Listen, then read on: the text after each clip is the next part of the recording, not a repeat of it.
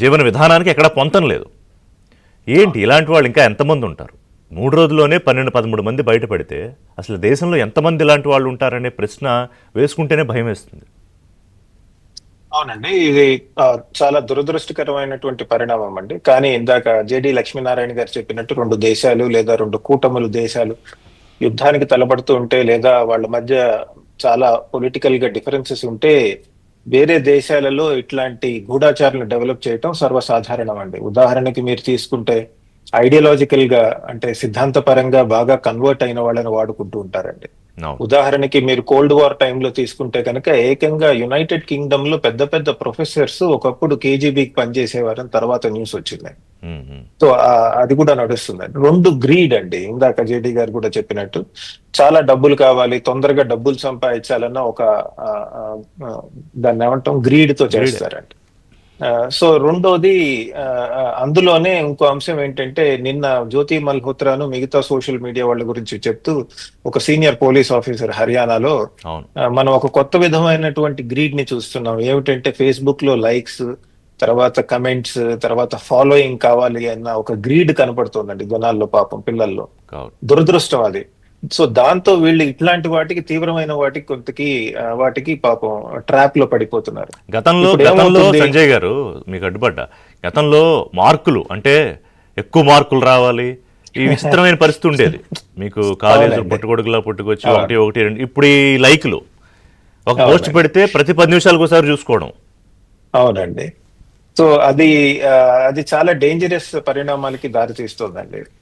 నిన్న హర్యానాలో police officer కూడా అదే చెప్తున్నారు. చాలా మంది ఇట్లాంటి వాటిల్లో పడి వీళ్ళకి లొంగిపోతున్నారు అని. ఏమవుతుంది, ఇప్పుడు ట్రావెలర్ గానో ఏదో యూట్యూబ్ ఓపెన్ చేస్తే పాకిస్తాన్ లో మిషనరీ పెట్టి వాటికి లైక్స్ ఇప్పిస్తారు, వాటికి పబ్లిసిటీ ఇప్పిస్తారు. అప్పుడు ఏమవుతుందంటే వీళ్ళకి మనకి ఫాలోయింగ్ పెరిగింది అన్న ఒక ఫాల్స్ సెన్స్ ఆఫ్ ఇంపార్టెన్స్ వస్తుందండి. దాంతో కూడా వీళ్ళు ఇలాంటి వాటికి లోన్ అవుతూ ఉంటారు. ఒక్కొక్కసారి ఏమవుతుందంటే గ్రీవెన్సెస్ ఉంటాయండి. అంటే నన్ను గుర్తించట్లేదు సమాజం, లేదా నన్ను ఎవరు పట్టించుకోవట్లేదు, లేదా నేను పనిచేస్తున్న వ్యవస్థలో నన్ను ఎవరు గుర్తించట్లేదని. ఉదాహరణకి అమెరికాలో ఆల్డ్రిచ్ ఎయిమ్స్ అనే వ్యక్తి సిఐఏలోనే కౌంటర్ ఇంటెలిజెన్స్ పనిచేసేవాడు. అంటే వేరే గూఢాచారులు మన దేశంలో ఎలా పనిచేస్తున్నారు అని పట్టుకోవటానికి క్రియేట్ చేసిన డివిజన్ లో, వ్యవస్థలో ఆయన హెడ్ చేసేవాడండి. బట్ ఆయనే కేజీబీకి పనిచేసేవాడండి. సో తర్వాత పట్టుబడ్డాడు ఆయన.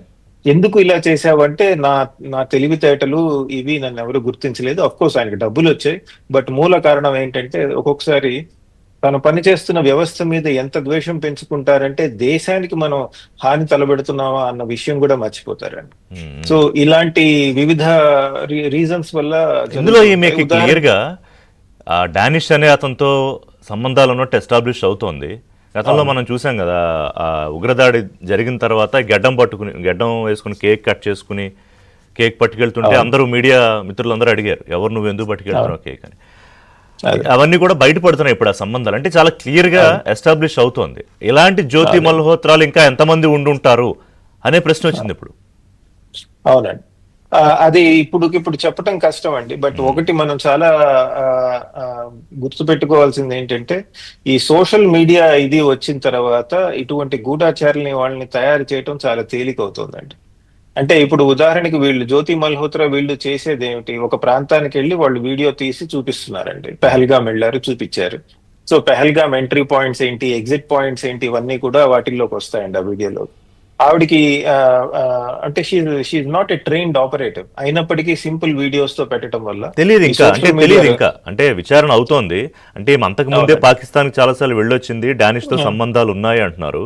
సో ఆ వీడియో కేవలం ట్రావెల్ వ్లాగ్ కోసం తీసి పెట్టిన తర్వాత దాన్ని వాళ్ళు వాడుకున్నారా, వాళ్ళ ఇన్స్ట్రక్షన్స్ తోనే తీసిందా, ఇవన్నీ ఇంకా బయటపడాలి సంజయ్ గారు. బయటపడాల్సిన అవసరం ఉందండి. ఒక్కొక్కసారి ఇన్స్ట్రక్షన్స్ తోనే చేస్తారు కూడా వీళ్ళు. కొంతమంది బాగా ఎవరైతే వాళ్ళ ట్రాప్ లో పూర్తిగా పడిపోయారో వాళ్ళు శుభ్రంగా ఇన్స్ట్రక్షన్స్ తోనే చేస్తారండి. కొంతమంది ఇప్పుడు ఉదాహరణకి చాలా మంది తెలియక ఒక డిఫెన్స్ ఎస్టాబ్లిష్మెంట్ ముందు నిలబడి ఒక వీడియో తీస్తూ ఇదిగో నేను గర్వంగా చెప్పుకుంటారండి. అది చెయ్యొచ్చా చేయకూడదు అన్న విజ్ఞత ఉండాలండి. ఇప్పుడు మనకి కొన్ని డిఫెన్స్ ఎయిర్పోర్ట్స్ ఉంటాయి, అక్కడ క్లియర్ గా చెప్తారు no photos and videos should not allowed అని.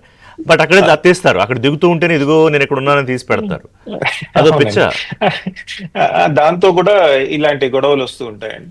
సో ఈ సోషల్ మీడియా వాడి వేరే దేశాలలో స్పైయింగ్ చేయటం, గూఢచర్య చేయటం, డెవలప్ చేయటం చాలా తేలికవుతుంది. ఇంకొకటి చాలా డేంజరస్ ట్రెండ్ ఏమొస్తుందంటే సోషల్ మీడియా వచ్చిన తర్వాత వేరే సమాజాలు ఎలా ఆలోచించాలి, ఎలా ఆలోచింపజేయాలి అన్నట్టు కూడా మార్చే టెక్నిక్స్ కూడా డెవలప్ చేసుకున్నారండి. ఓకే. ఉదాహరణకి ఇజ్రాయెల్ ఇరాన్ ఎలక్షన్స్ అప్పుడు ఇజ్రాయెల్ మనం ఇంత పవర్ఫుల్ ఏజెన్సీస్ అది అనుకుంటాం కదా, వాళ్ళకు కూడా ల్యాప్సెస్ జరుగుతాయండి.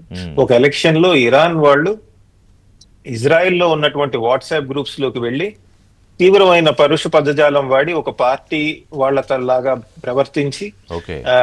మళ్ళా పరుష పదజాలం వాడటం వల్ల మిగతా జనాలకంతా అసహ్యం వేసి ఆ పార్టీకి ఓటేయటం మానేశారండి. తర్వాత చూసుకుంటే తెలిసింది ఏంటంటే అంత పరుష పదజాలం, అంత తీవ్రమైన భాష మాట్లాడింది అసలు ఇజ్రాయిల్లే కాదని తెలిసింది. రైట్. సో ఇట్లాంటి సోషల్ మీడియా వారి వేరే సమాజాలు ఎలా ఆలోచించాలి అని కూడా జరుగుతుంది. సో మనం ఆలోచించాల్సింది ఏంటంటే బయట నుంచి ఎటువంటి ఇన్ఫర్మేషన్ వచ్చినా ఒక నిమిషం ఆగి ఆలోచించాలండి. మన దేశం మీద నెగటివ్ క్రిటిసిజం వచ్చినా వాటి యొక్క రీసెర్చ్ మెథడాలజీ అబ్జర్వ్ చేయాల్సిన అవసరం ఎంతైనా ఉంటుందండి. ఎందుకంటే ఏదో పేపర్ లో వాళ్ళు వేసేస్తారు, అది చూసి ఇదిగో మనం ఇట్లా అయిపోతున్నంట అని ఆందోళన పడో లేదా మంచి ఉద్దేశంతోనో ఒక నెగటివ్ న్యూస్ ని లేదా ఒక దురుద్దేశంతో రిలీజ్ చేసిన ఇన్ఫర్మేషన్ ని మన సోషల్ మీడియాలో స్ప్రెడ్ చేయడం జరుగుతుందండి. సో ఈ డైమెన్షన్స్ కూడా మనం ఆలోచించాల్సి ఉంటుంది. నా ఉద్దేశంలో పిల్లలకి స్కూల్స్ లో కానివ్వండి, కాలేజెస్ లో కానివ్వండి, నా ఉద్దేశంలో సోషల్ మీడియా ఎడ్యుకేషన్ అన్నది ఒకటి స్టార్ట్ చేయాల్సిన అవసరం ఎంతైనా ఉందండి.